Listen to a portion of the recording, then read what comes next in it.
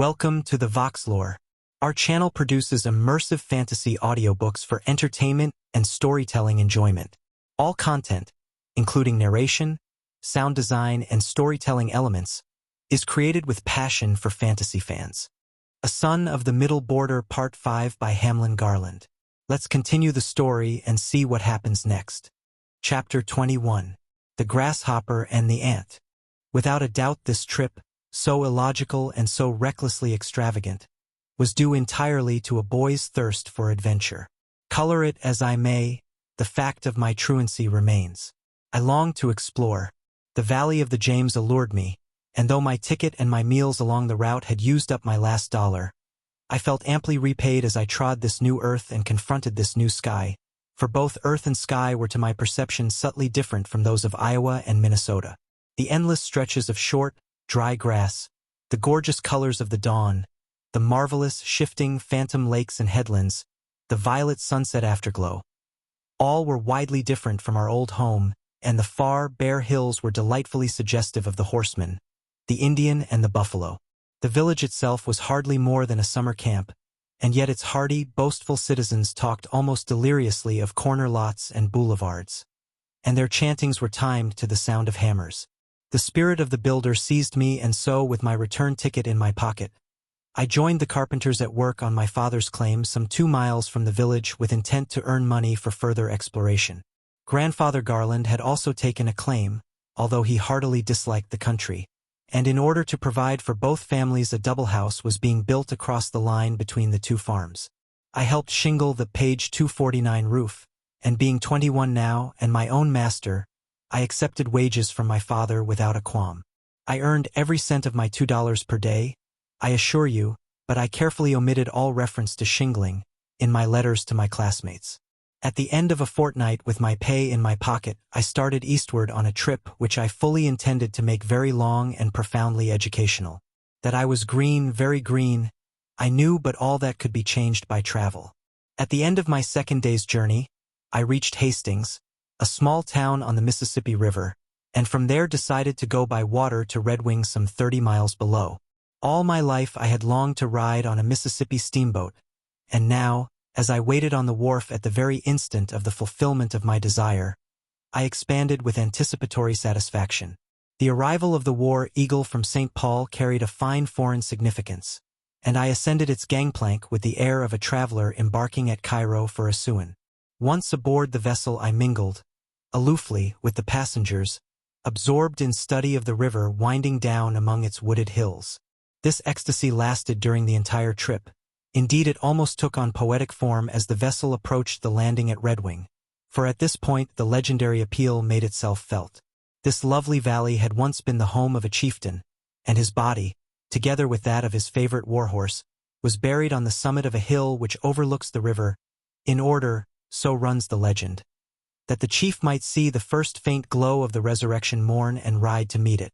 In truth, Red Wing was a quiet, excessively practical little town, quite commonplace to every other passenger except myself. My excited imagination, page 250, translated it into something very distinctive and far off and shining. I took lodgings that night at a very exclusive boarding house at $6 per week, reckless of the effect on my very slender purse. For a few days I permitted myself to wander and to dream. I have disturbing recollections of writing my friends from this little town, letters wherein I rhapsodized on the beauty of the scenery in terms which I would not now use in describing the Grand Canyon, or in picturing the peaks of Wyoming. After all, I was right. A landscape is precisely as great as the impression it makes upon the perceiving mind. I was a traveler at last. That seemed to be my chiefest joy, and I extracted from each day all the ecstasy it contained. My avowed object was to obtain a school, and I did not entirely neglect my plans, but application to the county superintendent came to nothing. I fear I was half-hearted in my campaign. At last, at the beginning of the week and at the end of my money, I bought passage to Wabasha and from there took train to a small town where some of my mother's cousins lived. I had been in correspondence with one of them, a Mrs. Harris, and I landed at her door, after a glorious ride up through the hills, amid the most gorgeous autumn colors, with just 3 cents in my pocket. A poverty which you may be sure I did not publish to my relations, who treated me with high respect and manifested keen interest in all my plans. As nothing offered in the township round about the Harris home, I started one Saturday morning to walk to a little crossroads village some 20 miles away, in which I was told a teacher was required. My cousins, not knowing that I was penniless, supposed, of course, that I would go by train, and I was too proud to tell them the truth. It was very muddy, and when I reached the page 251 home of the committeeman, his midday meal was over, and his wife did not ask if I had dined, although she was quick to tell me that the teacher had just been hired. Without a cent in my pocket, I could not ask for food. Therefore, I turned back weary, hungry, and disheartened. To make matters worse, a cold rain was falling, and the 18 or 20 miles between me and the Harris farm looked long. I think it must have been at this moment that I began, for the first time, to take a really serious view of my plan to see the world. It became evident with startling abruptness that a man might be both hungry and cold in the midst of abundance. I recalled the fable of the grasshopper who, having wasted the summer hours in singing, was mendicant to the ant. My weeks of careless gaiety were over. The money I had spent in travel looked like a noble fortune to me at this hour. The road was deep in mud, and as night drew on the rain thickened. At last I said, "I will go into some farmhouse and ask the privilege of a bed." This was apparently a simple thing to do, and yet I found it exceedingly hard to carry out. To say bluntly, "Sir, I have no money, I am tired and hungry," seemed a baldly disgraceful way of beginning. On the other hand, to plead relationship with Will Harris involved a relative, and besides they might not know my cousin, or they might think my statement false. Arguing in this way, I passed house after house while the water dripped from my hat and the mud clogged my feet. Though chilled and hungry to the point of weakness, my suffering was mainly mental. A sudden realization of the natural antagonism of the well-to-do toward the tramp appalled me. Once, as I turned in toward the bright light of a kitchen window, the roar of a watchdog stopped me before I had fairly passed the gate. Page 252. I turned back with a savage word, hot with resentment at a house owner who would keep a beast like that. At another cottage, I was repulsed by an old woman who sharply said, "We don't feed tramps." I now had the precise feeling of the penniless outcast. With morbidly active imagination, I conceived of myself as a being forever set apart from home and friends, condemned to wander the night alone. I worked on this idea till I achieved a bitter, furtive, and ferocious manner. However, I knocked at another door and upon meeting the eyes of the woman at the threshold, began with formal politeness to explain, "I am a teacher, I have been to look for a school, and I am on my way back to Byron, where I have relatives. Can you keep me all night?" The woman listened in silence and at length replied with ungracious curtness, "I guess so. Come in." She gave me a seat by the fire, and when her husband returned from the barn, I explained the situation to him. He was only moderately cordial. "Make yourself at home. I'll be in as soon as I have finished my milking," he said, and left me beside the kitchen fire. The woman of the house, silent, suspicious, it seemed to me, began to spread the table for supper while I, sitting beside the stove, began to suffer with the knowledge that I had, in a certain sense, deceived them. I was fairly well dressed, and my voice and manner, as well as the fact that I was seeking a school, had given them, no doubt, the impression that I was able to pay for my entertainment, and the more I thought of this, the more uneasy I became. To eat of their food without making an explanation was impossible, but the longer I waited, the more difficult the explanation grew. Suffering keenly, absurdly, I sat with hanging head going over and over the problem, trying to formulate an easy way of letting them know my predicament. Page 253. There was but one way of escape, and I took it. As the woman stepped out of the room for a moment, I rose, seized my hat, and rushed out into the rain and darkness like a fugitive. I have often wondered what those people thought when they found me gone. Perhaps I am the great mystery of their lives, an unexplained visitant from the night's Plutonian shore. I plodded on for another mile or two in the darkness, which was now so intense I could scarcely keep the road. Only by the feel of the mud under my feet could I follow the pike. Like Jean Valjean, I possessed a tempest in my brain. I experienced my first touch of despair. Although I had never had more than $30 at any one time, I had never been without money. Distinctions had not counted largely in the pioneer world to which I belonged. I was proud of my family. I came of good stock and knew it and felt it, but now here I was, wet as a sponge and without shelter simply because I had not in my pocket a small piece of silver with which to buy a bed. I walked on until this dark surge of rebellious rage had spent its force and reason weakly resumed her throne. I said, "What nonsense! Here I am only a few miles from relatives. All the farmers on this road must know the Harris family.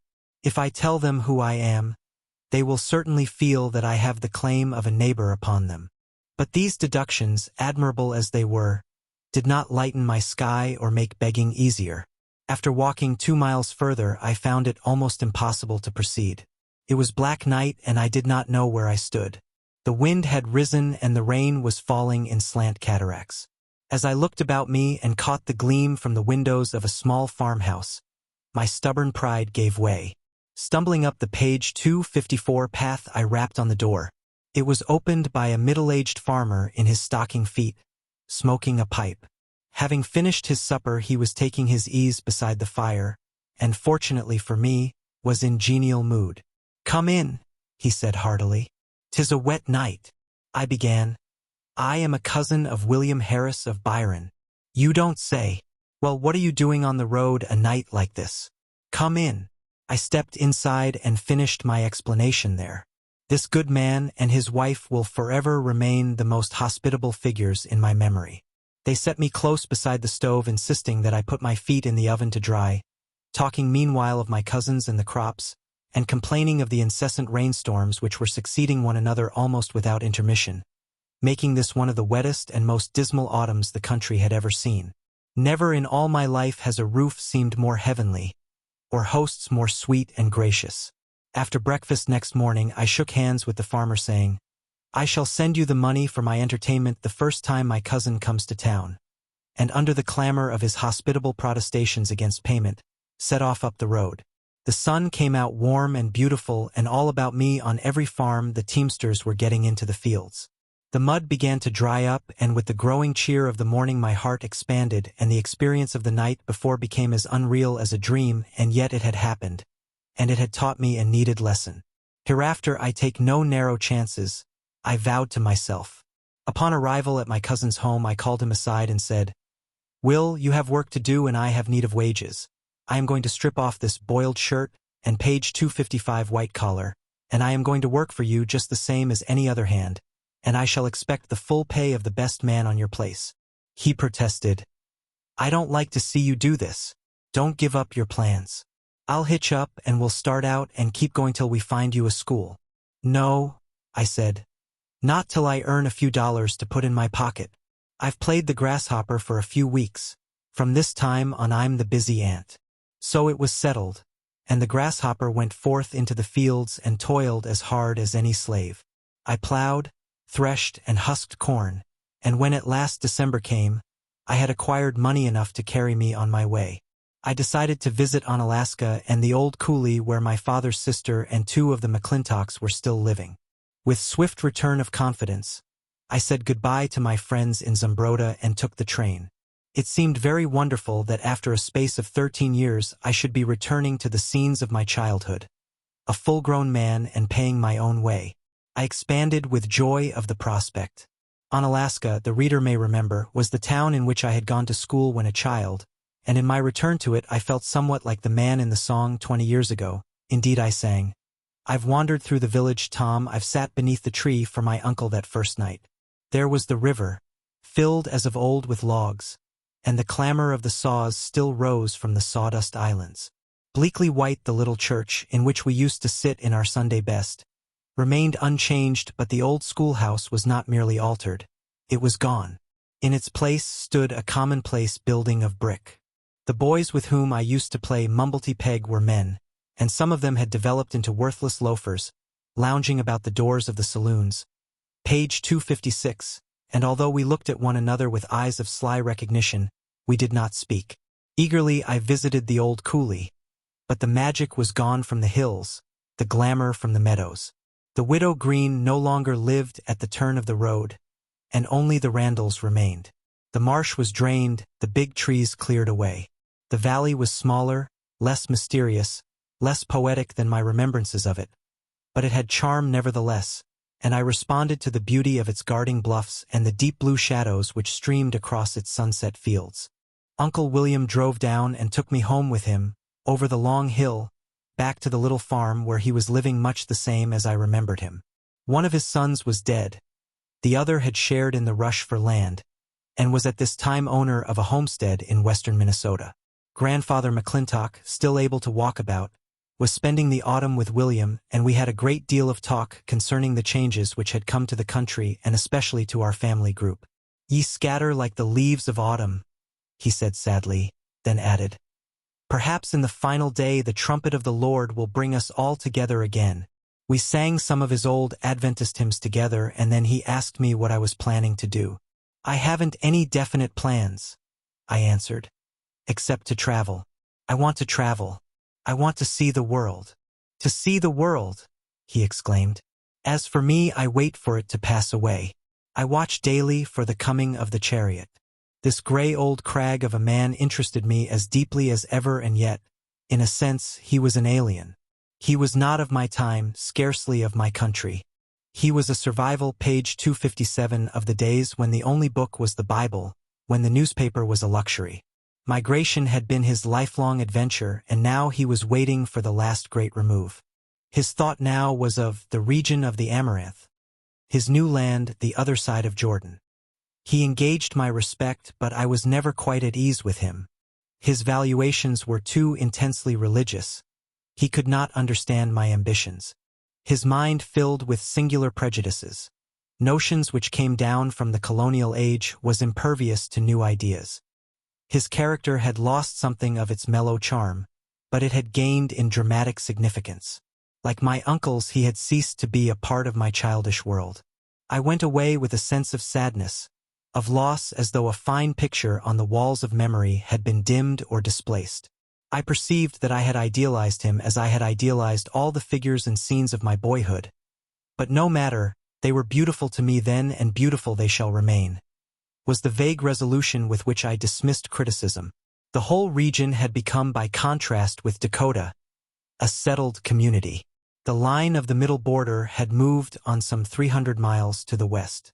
The Dunlaps, McKildowneys, Dudleys, and Elwells were the stay-at-homes.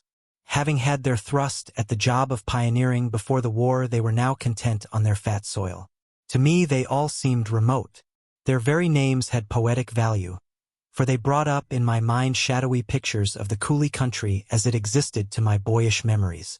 I spent nearly 2 months in Onalaska, living with my Aunt Susan, a woman of the loveliest character. Richard Bailey, her husband, one of the kindliest of men, soon found employment for me, and so, for a time, I was happy and secure. Page 258, however. This was but a pause by the roadside. I was not satisfied. It was a show of weakness to settle down on one's relations. I wanted to make my way among strangers. I scorned to lean upon my aunt and uncle, though they were abundantly able to keep me. It was midwinter, nothing offered, and so I turned, as so many young men similarly placed have done, toward a very common yet difficult job. I attempted to take subscriptions for a book. After a few days' experience in a neighboring town, I decided that whatever else I might be fitted for in this world, I was not intended for a book agent. Surrendering my prospectus to the firm, I took my way down to Madison, the capital of the state, a city which seemed at this time very remote and very important in my world. Only when traveling did I have the feeling of living up to the expectations of Alice and Burton, who put into their letters to me an envy which was very sweet. To them I was a bold adventurer. Alas for me! In the shining capital of my state I felt again the world's rough hand. First of all I tried the State House. This was before the general use of typewriters, and I had been told that copyists were in demand. I soon discovered that 4 men and 2 girls were clamoring for every job. Nobody needed me. I met with blunt refusals and at last turned to other fields. Every morning I went among the merchants seeking an opportunity to clerk or keep books, and at last obtained a place at $6 per week in the office of an agricultural implement firm. I was put to work in the accounting department as general slavey, under the immediate supervision of a youth who had just graduated from my position and who considered me his legitimate victim. He was only 17 and not handsome, and I despised him with instant bitterness. Under his page 259 direction, I swept out the office, made copies of letters, got the mail, stamped envelopes, and performed other duties of a manual routine kind, to which I would have made no objection, had it not been for the gloating joy with which that chinless cockerel ordered me about. I had never been under that kind of discipline, and to have a pin-headed gamin order me to clean spittoons was more than I could stomach. At the end of the week, I went to the proprietor and said, "If you have nothing better for me to do than sweep the floor and run errands, I think I'll quit." With some surprise, my boss studied me. At last he said, "Very well, sir, you can go, and from all accounts I don't think we'll miss you much," which was perfectly true. I was an absolute failure so far as any routine work of that kind was concerned. So here again I was thrown upon a cruel world with only $6 between myself and the wolf. Again I fell back upon my physical powers. I made the round of all the factories seeking manual labor. I went out on the Catfish where, through great sheds erected for the manufacture of farm machinery, I passed from superintendent to foreman, from foreman to boss, eager to will sand, paint woodwork, shovel coal, anything at all to keep from sending home for money. For, mind you, my father or my uncle would have helped me out had I written to them, but I could not do that. So long as I was able to keep a roof over my head, I remained silent. I was in the world, and I intended to keep going without asking a cent from anyone. Besides, the grandiloquent plans for travel and success which I had so confidently outlined to Burton must be carried out. I should have been perfectly secure had it been summertime, for I knew the farmer's life and all that pertained to it, but it was winter. How to get a living in a page 260 strange town was my problem. It was a bright, clear, intensely cold February, and I was not very warmly dressed, hence I kept moving. Meanwhile I had become acquainted with a young clergyman in one of the churches, and had showed to him certain letters and papers to prove that I was not a tramp, and no doubt his word kept my boarding mistress from turning me into the street. Mr. Eaton was a man of books. His library contained many volumes of standard value, and we met as equals over the pages of Scott and Dickens. I actually forced him to listen to a lecture which I had been writing during the winter, and so wrought upon him that he agreed to arrange a date for me in a neighboring country church. Thereafter, while I glowed with absurd dreams of winning money and renown by delivering that lecture in the churches and schoolhouses of the state, I continued to seek for work, any work that would bring me food and shelter. One bitter day in my desperate need I went down upon the lake to watch the men cutting ice. The wind was keen, the sky gray and filled with glittering minute flecks of frost, and my clothing, mainly cotton, seemed hardly thicker than gossamer, and yet I looked upon those working men with a distinct feeling of envy. Had I secured a job, I should have been pulling a saw up and down through the ice, at the same time that I dreamed of touring the West as a lecturer. Of such absurd contradictions are the visions of youth.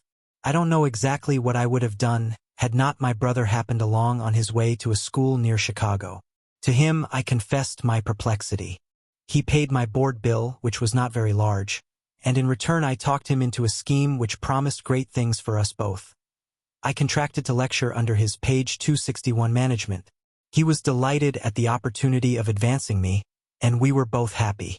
Our first engagement was at Syene, a church which really belonged to Eaton's circuit, and according to my remembrance the lecture was a moderate success. After paying all expenses we had a little money for carfare, and Franklin was profoundly impressed. It really seemed to us both that I had at last entered upon my career. It was the kind of service I had been preparing for during all my years at school. But alas, our next date was a disaster. We attempted to do that which an older and fully established lecturer would not have ventured. We tried to secure an audience with only 2 days' advance work, and of course we failed. I called a halt. I could not experiment on the small fund which my father had given Frank for his business education. However, I borrowed a few dollars of him and bought a ticket to Rock River, a town near Chicago. I longed to enter the great western metropolis, but dared not do so, yet. I felt safe only when in sight of a plowed field. At a junction 70 miles out of the city we separated, he to attend a school, and I to continue my education in the grim realities of life. From office to office in Rock River I sullenly plodded, willing to work for 50 cents a day, until at last I secured a clerkship in a small stationary jobbing house which a couple of school teachers had strangely started. But on Saturday of the second week the proprietor called me to him and said kindly, but firmly, "Garland, I'm afraid you are too literary and too musical for this job. You have a fine baritone voice, and your ability to vary the text set before you to copy is remarkable, and yet I think we must part." The reasons for this ironical statement were, to my page 262 mind, ignoble. First of all, he resented my musical ability. Secondly, my literary skill shamed him, for as he had put before me a badly composed circular letter, telling me to copy it 100 times, I quite naturally improved the English. However, I admitted the charge of insubordination, and we parted quite amicably. It was still winter, and I was utterly without promise of employment. In this extremity, I went to the YMCA, which had for one of its aims the assistance of young men out of work, and confided my homelessness to the secretary, a capital young fellow who knew enough about men to recognize that I was not a bum. He offered me the position of night watch and gave me a room and cot at the back of his office. These were dark hours. During the day, I continued to pace the streets. Occasionally, some little job like raking up a yard would present itself, and so I was able to buy a few rolls, and sometimes I indulged in milk and meat. I lived along from noon to noon in presentable condition, but I was always hungry. For 4 days I subsisted on 5 cents worth of buns. Having left my home for the purpose of securing experience in the world, I had this satisfaction: I was getting it. Very sweet and far away seemed all that beautiful life with Alice and Burton and Hattie at the seminary.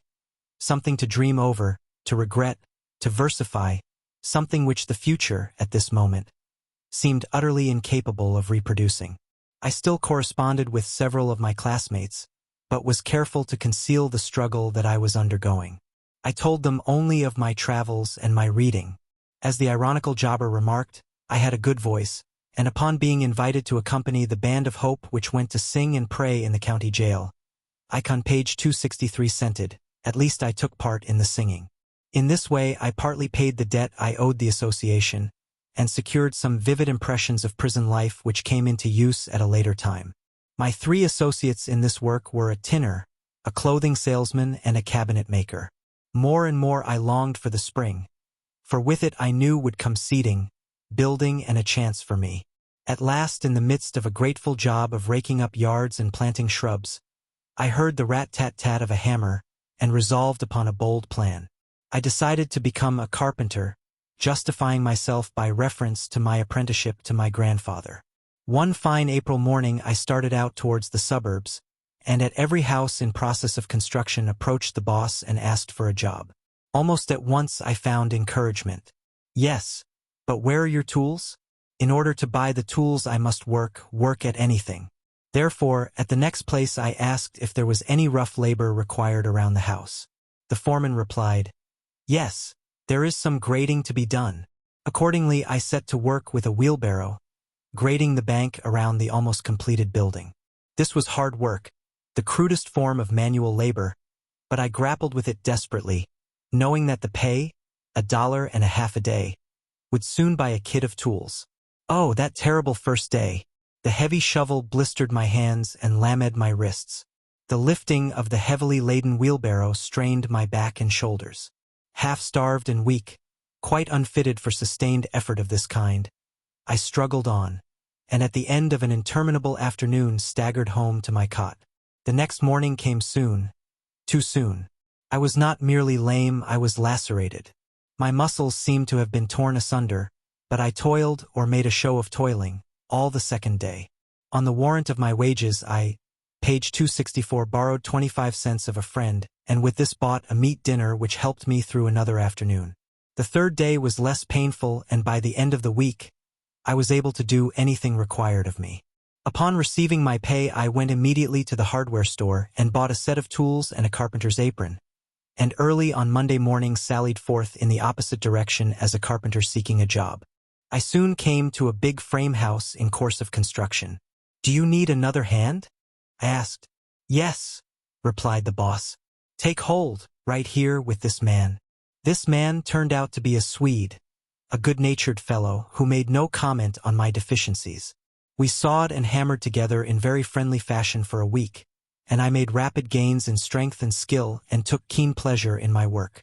The days seemed short and life promising, and as I was now getting $2 per day, I moved out of my charity bed and took a room in a decayed mansion in the midst of a big lawn.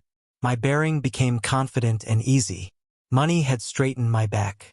The spring advanced rapidly while I was engaged on this work, and as my crew occasionally took contracts in the country, I have vivid pictures of the green and pleasant farm lands, of social farmers at barn raisings, and of tables filled with fatness.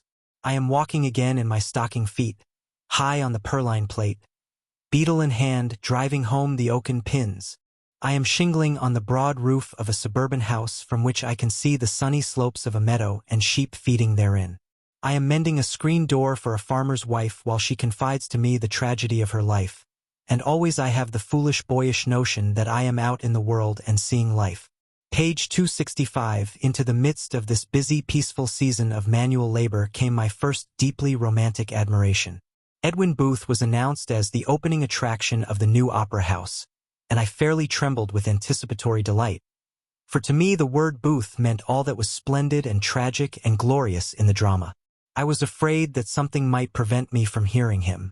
At last the night came, and so great was the throng, so strong the pressure on the doors that the lock gave way, and I, with my dollar clutched tightly in my hand, was borne into the hall and halfway up the stairs without touching foot to the floor, and when at last, safe in my balcony seat, I waited for the curtain to rise, I had a distinct realization that a shining milestone was about to be established in my youthful trail. My father had told me of the elder Booth, and of Edwin's beautiful Prince of Denmark I had heard many stories. Therefore I waited with awe as well as eagerness, and when the curtain, rising upon the court scene, discovered the pale, handsome face and graceful form of the noble Dane, and the sound of his voice, that magic velvet voice, floated to my ear with the words, "Seems, madam, I know not seems, neither time nor space nor matter existed for me." I was in an ecstasy of attention. I had read much of Shakespeare. I could recite many pages of the tragedies and historical plays, and I had been assured by my teachers that Hamlet was the greatest of all dramas. But Edwin Booth in 1 hour taught me more of its wonders, more of the beauty of the English language than all my instructors and all my books. He did more. He aroused in me a secret ambition to read as he read, to make the dead lines of print glow with color and throb with music. There was something magical in his interpretation of the drama's printed page 266 page. With voice and face and hand he restored for duller minds the visions of the poet, making Hamlet's sorrows as vital as our own. From this performance, which filled me with vague ambitions and a glorious melancholy, I returned to my association with a tinker, a tailor, and a tinner, whose careless and stupid comments on the play both pained and angered me. I went to my work next day in such absorbed silence as only love is supposed to give. I reread my Hamlet now with the light of Booth's face in my eyes and the music of his glorious voice in my ear. As I nailed and sawed at pine lumber, I murmured inaudibly the lofty lines of the play, in the hope of fixing forever in my mind the cadences of the great tragedian's matchless voice. Great days, growing days, lonely days, days of dream and development, needing only the girl to be perfect. But I had no one but Alice to whom I could voice my new enthusiasm, and she was not only out of the reach of my voice, but serenely indifferent to my rhapsodic letters concerning Hamlet and the genius of Edwin Booth. Chapter 22. We discover New England.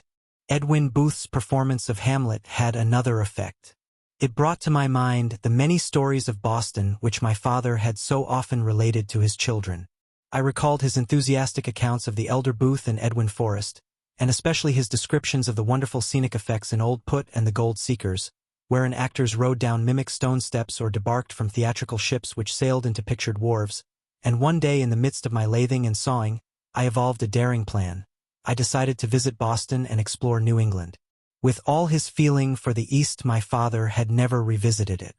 This was a matter of pride with him. "I never take the back trail," he said, and yet at times, as he dwelt on the old home in the state of Maine, a wistful note had crept into his voice, and so now in writing to him, I told him that I intended to seek out his boyhood haunts in order that I might tell him all about the friends and relations who still lived there. Without in any formal way intending it, the old borderman had endowed both his sons with a large sense of the power and historic significance of Massachusetts. He had contrived to make us feel some part of his idolatry of Wendell Phillips, for his memory of the great days of the Liberator were keen and worshipful.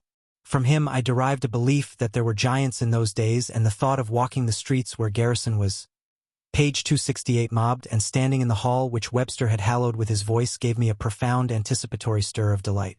As first assistant to a quaint and dirty old carpenter, I was now earning $2 per day and saving it. There was no occasion in those days for anyone to give me instructions concerning the care of money. I knew how every dollar came, and I was equally careful to know where every nickel went. Travel cost 3 cents per mile, and the number of cities to be visited depended upon the number of dimes I should save. With my plan of campaign mapped out to include a stop at Niagara Falls and 4th of July on Boston Common, I wrote to my brother at Valparaiso, Indiana, inviting him to join me in my adventure. If we run out of money, and of course we shall, for I have only about $30, we'll flee to the country. One of my friends here says we can easily find work in the meadows near Concord. The audacity of my design appealed to my brother's imagination. "I'm your huckleberry," he replied. "School ends the last week in June. I'll meet you at the Atlantic House in Chicago on the 1st. Have about $20 myself." At last the day came for my start. With all my pay in my pocket and my trunk checked, I took the train for Chicago. I shall never forget the feeling of dismay with which, an hour later, I perceived from the car window a huge smoke cloud which embraced the whole eastern horizon. For this, I was told, was the soaring banner of the great and gloomy inland metropolis, whose dens of vice and houses of greed had been so often reported to me by wandering hired men. It was in truth only a huge flimsy country town in those days, but to me it was august as well as terrible. Page 269. Up to this moment Rockford was the largest town I had ever seen, and the mere thought of 1 million people stunned my imagination. How can so many people find a living in one place? Naturally, I believed most of them to be robbers. If the city is miles across, how am I to get from the railway station to my hotel without being assaulted? Had it not been for the fear of ridicule, I think I should have turned back at the next stop. The shining lands beyond seemed hardly worth a struggle against the dragon's brood with which the dreadful city was aswarm. Nevertheless, I kept my seat and was carried swiftly on. Soon the straggling farmhouses thickened into groups, the villages merged into suburban towns, and the train began to clatter through sooty freight yards filled with box cars and switching engines. At last, after crawling through tangled, thickening webs of steel, it plunged into a huge, dark and noisy shed and came to a halt, and a few moments later I faced the hackmen of Chicago, as verdant a youth as these experienced pirates had ever made common cause against. I knew of them, by report, and was prepared for trouble, but their clanging cries, their cynical eyes, their clutching insolent hands were more terrifying than anything I had imagined. Their faces expressed something remorseless, inhuman and mocking. Their grins were like those of wolves. In my hand I carried an imitation leather valise, and as I passed, each of the drivers made a snatch at it, almost tearing it from my hands, but being strong as well as desperate, I cleared myself of them, and so, following the crowd, not daring to look to right or left, reached the street and crossed the bridge with a sigh of relief. So much was accomplished. Without knowing where I should go, I wandered on, page 270, shifting my bag from hand to hand, till my mind recovered its balance. My bewilderment, my depth of distrust, was augmented by the roar and tumult of the crowd. I was like some wild animal with exceedingly sensitive ears. The waves of sound smothered me. At last, timidly approaching a policeman, I asked the way to the Atlantic Hotel. "Keep straight down the street 5 blocks and turn to the left," he said, and his kind voice filled me with a glow of gratitude. With ears benumbed and brain distraught, I threaded the rush, the clamor of Clark Street, and entered the door of the hotel, with such relief as a sailor must feel upon suddenly reaching safe harbor after having been buffeted on a wild and gloomy sea by a heavy northeast gale. It was an inconspicuous hotel of the farmer's home type, but I approached the desk with meek reluctance and explained, "I am expecting to meet my brother here. I'd like permission to set my bag down and wait." With bland, impersonal courtesy, the clerk replied, "Make yourself at home." Gratefully sinking into a chair by the window, I fell into study of the people streaming by, and a chilling sense of helplessness fell upon me. I realized my ignorance, my feebleness. As a minute bubble in this torrent of human life, With no friend in whom I could put trust, and with only a handful of silver between myself and the gray wolf, I lost confidence. The Boston trip seemed a foolish tempting of Providence, and yet, scared as I was, I had no real intention of giving it up. My brother's first words as he entered the door were gaily derisive. "Oh, see the whiskers!" he cried, and his calm acceptance of my plan restored my own courage.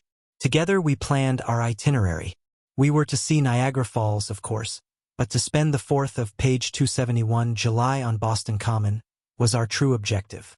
"When our money is used up," I said, "we'll strike out into the country."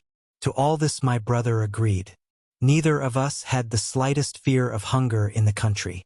It was the city that gave us pause. All the afternoon and evening we wandered about the streets, being very careful not to go too far from our hotel, counting the stories of the tall buildings and absorbing the drama of the pavement. Returning now and again to our sanctuary in the hotel lobby, we ruminated and rested our weary feet. Everything interested us. The business section, so sordid to others, was grandly terrifying to us. The self-absorption of the men, the calm glances of the women humbled our simple souls. Nothing was commonplace, nothing was ugly to us. We slept that night in a room at the extreme top of the hotel. It couldn't have been a first-class accommodation, for the frame of the bed fell in the moment we got into it, but we made no complaint. We would not have had the clerk know of our mishap for twice our bill.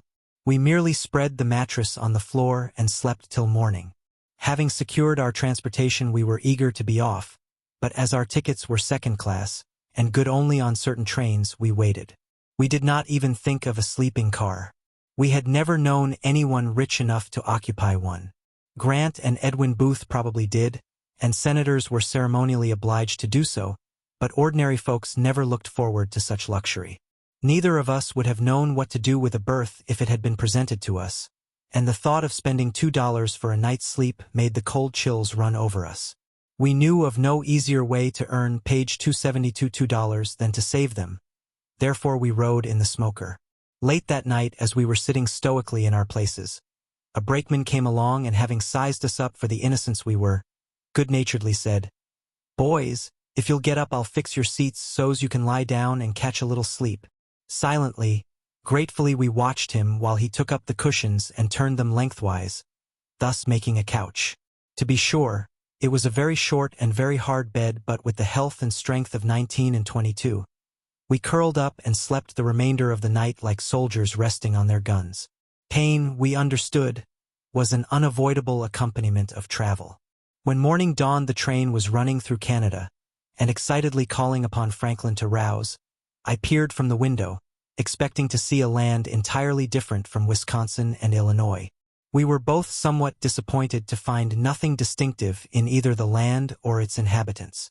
However, it was a foreign soil and we had seen it. So much of our exploration was accomplished. It was 3 o'clock in the afternoon when we came in sight of the Suspension Bridge and Niagara Falls. I suppose it would be impossible for anyone now to feel the same profound interest in any natural phenomenon whatsoever.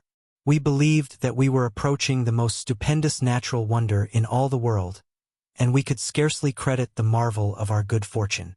All our lives we had heard of this colossal cataract. Our school readers contained stately poems and philosophical dissertations concerning it. Gough, the great orator, had pointed out the likeness of its resistless torrent to the habit of using spirituous liquors. The page 273 newspapers still printed descriptions of its splendor, and no foreigner, so we understood, ever came to these shores without visiting and bowing humbly before the voice of its waters. And to think that we, poor prairie boys, were soon to stand upon the illustrious brink of that dread chasm and listen to its mighty song was wonderful, incredible, benumbing. Alighting at the squalid little station on the American side, we went to the cheapest hotel our keen eyes could discover, and leaving our valises, we struck out immediately toward the towering white column of mist which could be seen rising like a ghostly banner behind the trees. We were like those who first discover a continent.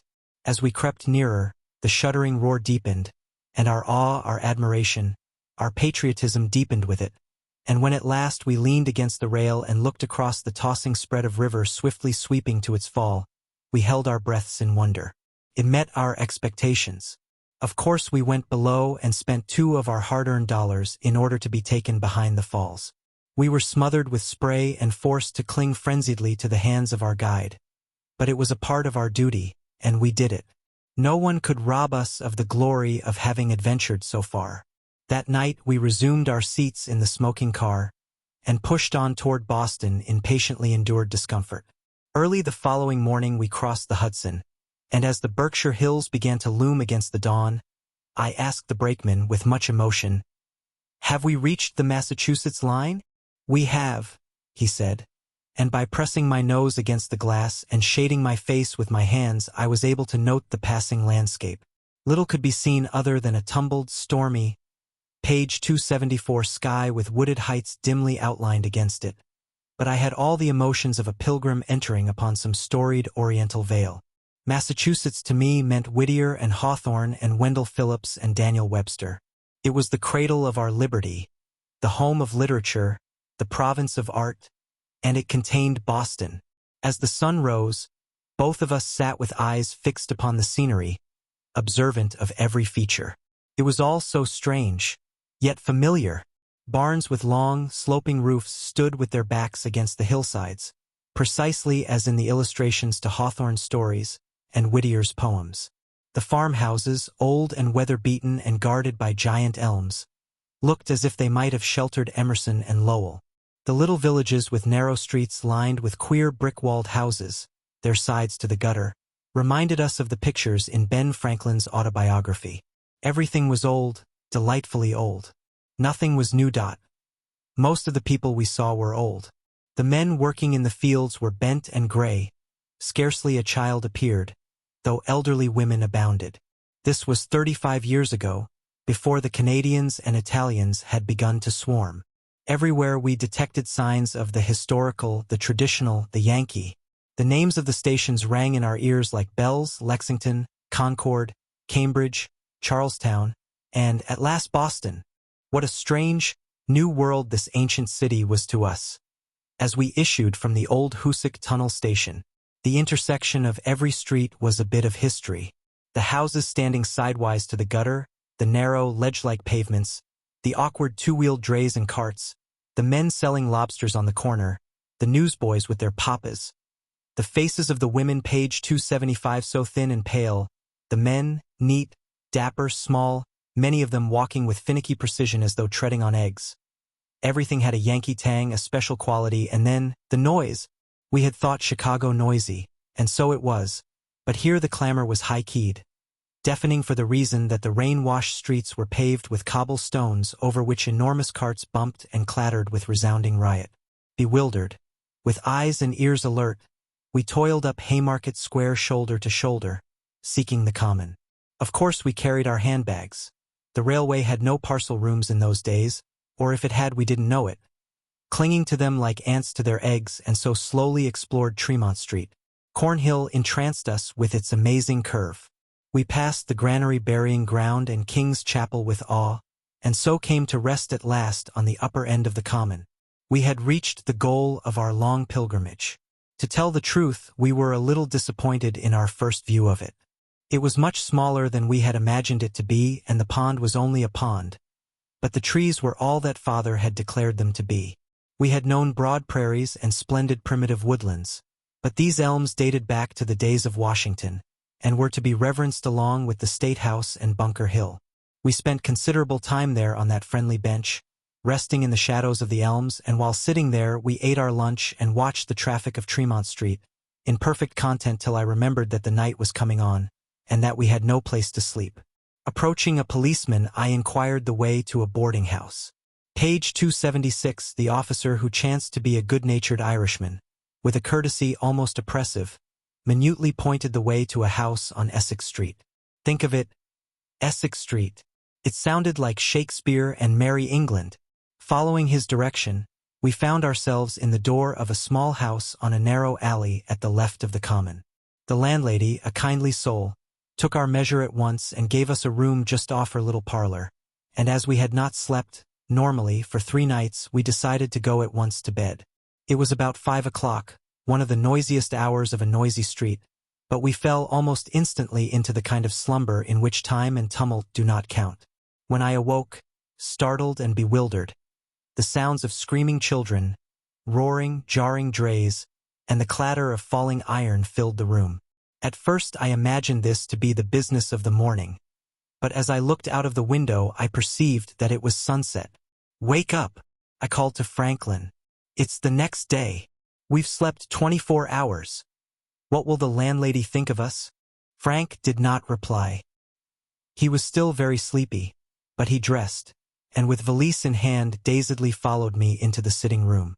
The woman of the house was serving supper to her little family. To her I said, "You've been very kind to let us sleep all this time. We were very tired." "All this time?" she exclaimed. "Isn't it the next day?" I asked. Then she laughed, and her husband laughed, doubling himself into a knot of merriment. "Oh, but that's rich," said he. "You've been asleep exactly an hour and a quarter," he added. "How long did you think you'd slept? 2 days?" Sheepishly confessing that I thought we had, I turned page 277 back to bed, and claimed 10 hours more of delicious rest. All the next day we spent in seeing Bunker Hill, Faneuil Hall, the Old North Church, King's Chapel, Longfellow's Home, the Washington Elm, and the Navy Yard. It was all glorious, but a panic seized us as we found our money slipping away from us, and late in the afternoon we purchased tickets for Concord, and fled the roaring and turbulent capital. We had seen the best of it anyway. We had tasted the ocean and found it really salt, and listened to the sailors with bearded lips on the wharves where the ships rocked idly on the tide. The tide! Yes, that most inexplicable wonder of all we had proved. We had watched it come in at the Charles River Bridge, mysterious as the winds. We knew it was so. Why Concord, do you ask? Well, because Hawthorne had lived there, and because the region was redolent of Emerson and Thoreau, and I am glad to record that upon reaching it of a perfect summer evening, we found the lovely old village all that it had been pictured by the poets. The wide and beautiful meadows, the stone walls, the slow stream, the bridge and the statue of the Minute Man guarding the famous battlefield. The gray old manse where Hawthorne lived, the cemetery of Sleepy Hollow, the grave of Emerson. All these historic and charming places enriched and inspired us.